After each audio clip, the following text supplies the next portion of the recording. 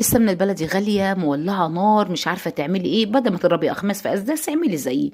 انا بجيب اللبن بالاسبوع، ابيته ليلتين على رف التلاجة، الم الوش بتاعه، بعد ما الم الوش بتاعه ببتدي اضربه في الميكسر. يا اما ما عندكيش الميكسر بتروحي حطاه في الكبه.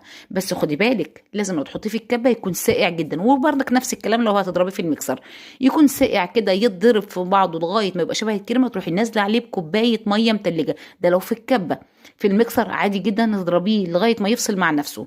تمام. هيبتدي يديكي في الاول شبه الكريمه، بعد كده هيبتدي يفرول من بعضه لغايه ما تفصل خالص.